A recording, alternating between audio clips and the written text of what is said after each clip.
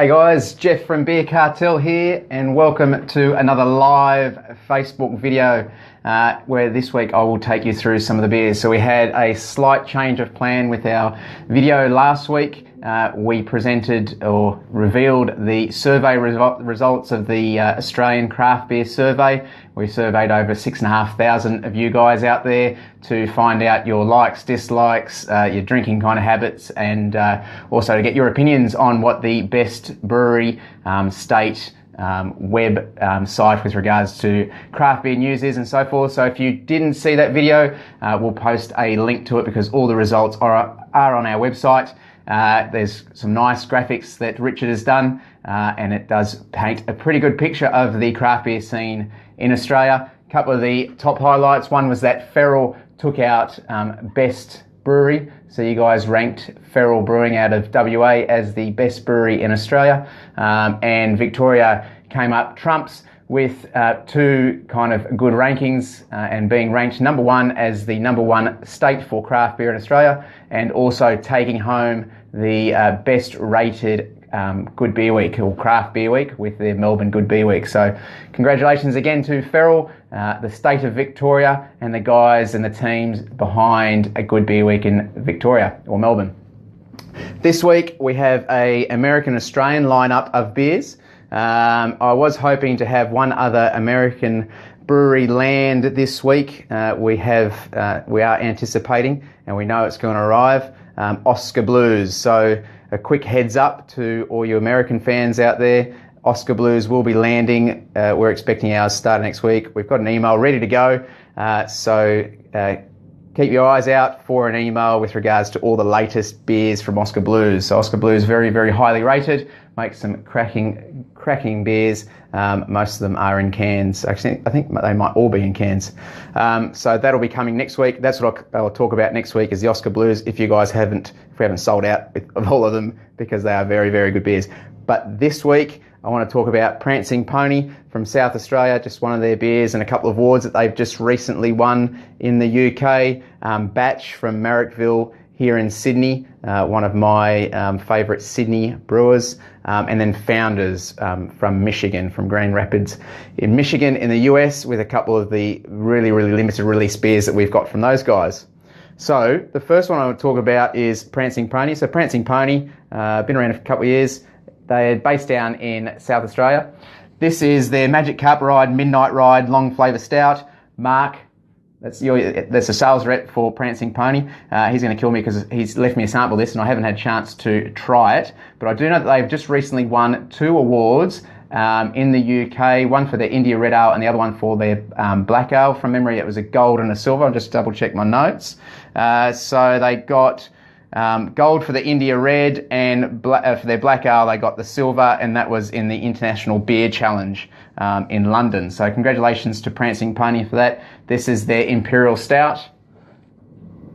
So these will set you back there: India Red Ale, Black Ale, and the Imperial Stout. There's somewhere along the lines between $14 to $18, $19. The 500ml bottles. This one's 9.2 or 9% from memory. 9% on the dot.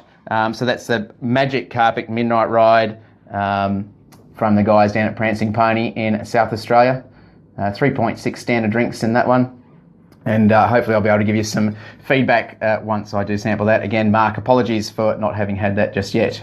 So that's Prancing Pony. The other beers I want to talk about is Batch. So if you've been into our store, you'll have seen some Batch. We've got them bang smack in the middle of our fridges. They're a brewery that I really, really like, based here in Sydney. And whenever someone comes in and says, what is the freshest stuff you've got, it's usually going to be something from a Sydney brewery. So the likes of Akasha, when we get there, now that they release their bottled product, Batch, Wayward if we've got it on tap, Shenanigans if they've recently given us a keg as well. For example, we've got the Winston on at the moment, so that's drinking very, very fresh. And the reality is if you think about local made beers anywhere in the world, they're going to be the freshest beers. So if you're wanting super, super fresh, go for something Sydney based or at least Australian based. Even the stuff from Pirate Life and whatnot, those beers tend to land to us having only been recently canned within a few weeks. So the Australian stuff is usually always going to be fresher than the American stuff, with the American stuff always needing at least 6 to 8 weeks from being bottled, canned, and then shipped over in refrigerated containers. And the same thing with the things out of Europe. So batch this week, they've brought us a brown ale, an ESB, an English IPA, and a bière de gare. So I won't go through all the details, but if you are looking for a really good craft brewery, they're based in the inner west of Sydney in Marrickville. You can go there. I think they've got 10 taps from memory. Their bar is made out of pallets. They're kind of known for serving their beers in hipster mason jars, but I think they recently changed that and they've got nice branded batch glassware. And you can also get takeaways from batch brewing. They're quite cool sort of branding. I like what Andrew and the team there are doing with their beers. So yeah, again, a brown ale, an ESB, extra special bitter, the English IPA, which is the with nail IPA, the amber brown, and the bière de gare La Moustache, so a French farmhouse styled bière de gare. So they're the 4 beers from batch brewing.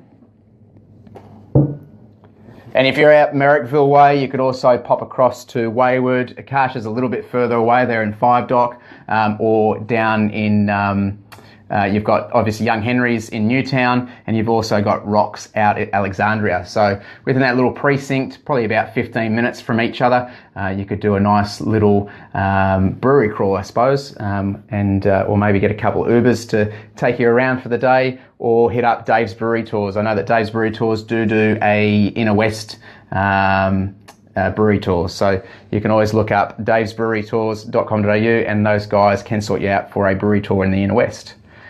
Now, this is probably the highlight of the beers.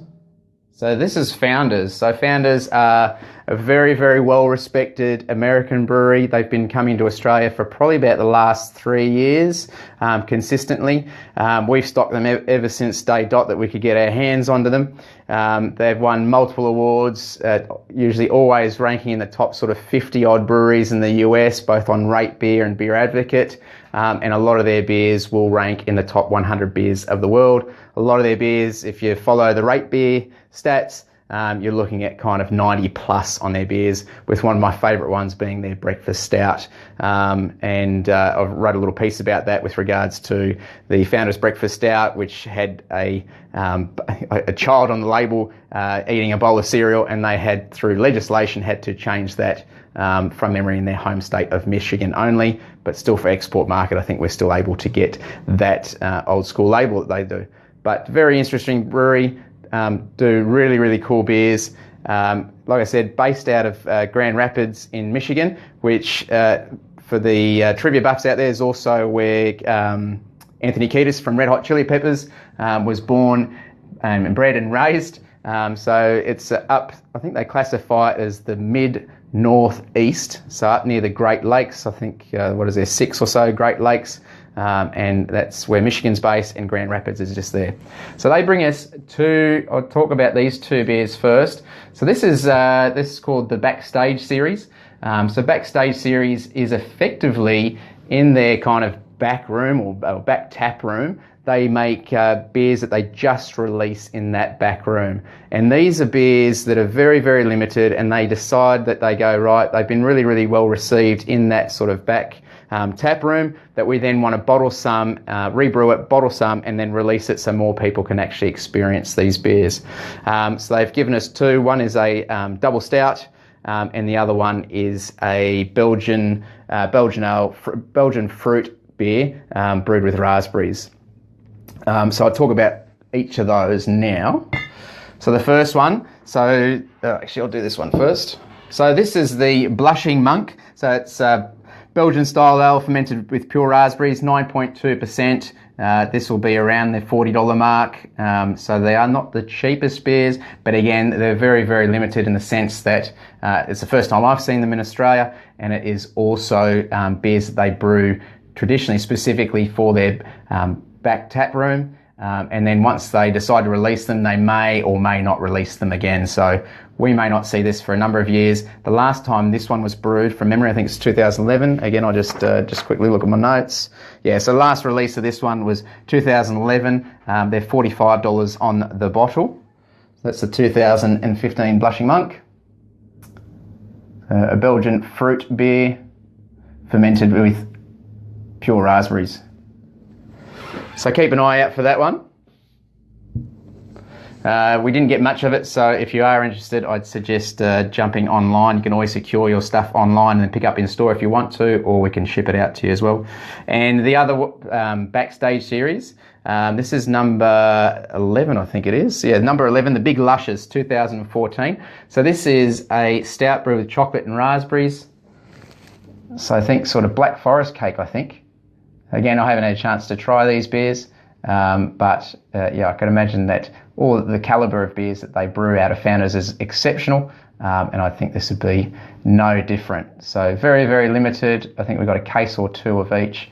That one there will set you back $40 on the bottle, and being a double stout at, what's the percentage on this one, 7.8%, you could definitely put that aside into a cellar and you would see that change over time. But the beer that I know that you all will be wanting to know about, this is the Devil Dancer. So again, from Founders, same brewery, same state, Michigan, Grand Rapids, US, make phenomenal beers. The Devil Dancer. So this is a triple IPA, so it comes in at 12%.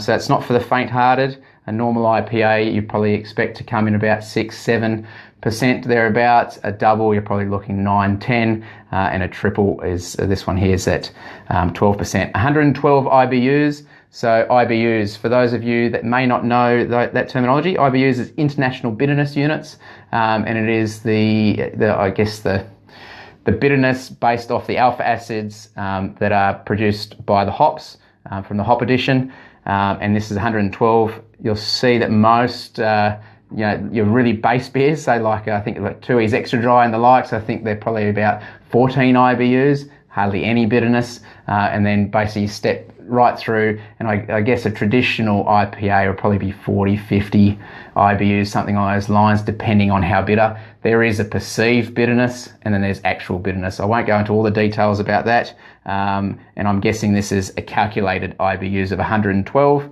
based on the alpha acids that were actually present in the hops.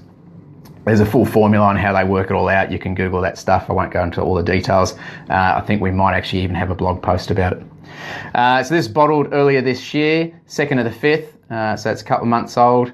And it says on the back here, when you dance with the devil don't change, you do. Massive in complexity, the huge malt character balances the insane amount of alphas used to create it. At an incredible 112 IBUs, it's dry hopped with 10 hop varieties. So, that's the Devil Dancer. This is as limited in release as things like KBS and Backwards Bastard. So if you know KBS and you have hunted that down, this one is very, very limited as well in terms of like how seasonally limited they release it. KBS is probably better known and better seeked out, but the Devil Dancer is definitely very, very good. It is one that I will be having probably tonight, if not tomorrow night. And yeah, I know that one will be one that a lot of you do seek out. It's not cheap, but again, like I said, it's very limited. It's in the same category as KBS. $19.50 on the bottle is what the Devil Dancer will set you back. But I'm sure that many of you out there who have already actually purchased it, because we've had it online for a couple of days now, and if you have tried it, you'll probably attest that it's probably worth every penny. Anyway, that's all the beers for this week. So you had the Founders beers that I just took you through, had all the beers from Batch, and like I said, you could pop down to Batch if you were wanting to do a little Sydney brewery tour. You could do that inner west sort of precinct and visit a couple of different breweries, and then the Prancing Pony with the guys who had just taken out a couple of awards in London for the India Red Ale that they brew and their Black Ale. That's it from me. I hope you guys have a great weekend, and whatever beers you're drinking, that they're very, very good crafty ones. And as always, happy drinking. Thanks, guys.